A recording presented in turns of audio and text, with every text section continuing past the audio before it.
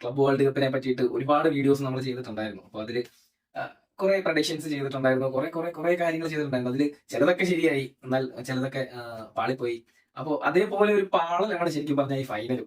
കാരണം നമ്മൾ ആദ്യ വീഡിയോ മുതലേ, അതായത് ക്ലബ് വേൾഡ് കപ്പിനെ പറ്റിയുള്ള നമ്മളുടെ ഫസ്റ്റ് വീഡിയോയിൽ നമ്മൾ പറഞ്ഞിരുന്നത് PSG വെറുതെ ചുമ്മാ പാട്ടും പാടി കപ്പടിക്കും, PSG ആണ് ക്ലബ് വേൾഡ് കപ്പ് അടിക്കാൻ പോകുന്നത് എന്നുള്ളതാണ് നമ്മൾ പറഞ്ഞിരുന്നത്.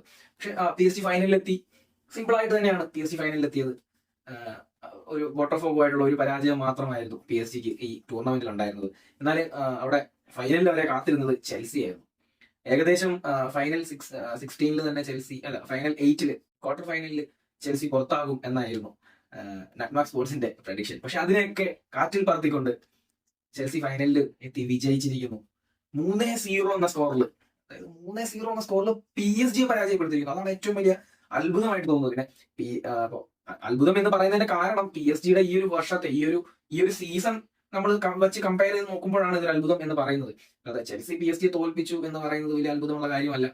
ചെൽസി, ഇത് ചെൽസിയാണ്. അപ്പോൾ ചെൽസി അങ്ങനെ ഫൈനലുകളൊന്നും തോൽക്കാറില്ല എന്നുള്ളൊരു, അധികം അങ്ങനെ ഫൈനലുകൾ തോൽക്കാറില്ല എന്നുള്ളൊരു സംഭവം PSG ഓർക്കേണ്ടതായിരുന്നു. ശരിക്കും എന്താ പറയാ, ഈ മത്സരത്തിലെ ഒരു PSG പറ്റിയ ഏറ്റവും വലിയ പ്രശ്നം എന്താണെന്ന് വെച്ച് കഴിഞ്ഞാൽ PSG ഭയങ്കര സിമ്പിൾ ആയിട്ട് ചെൽസിയെ കണ്ടു എന്നുള്ളതാണ്.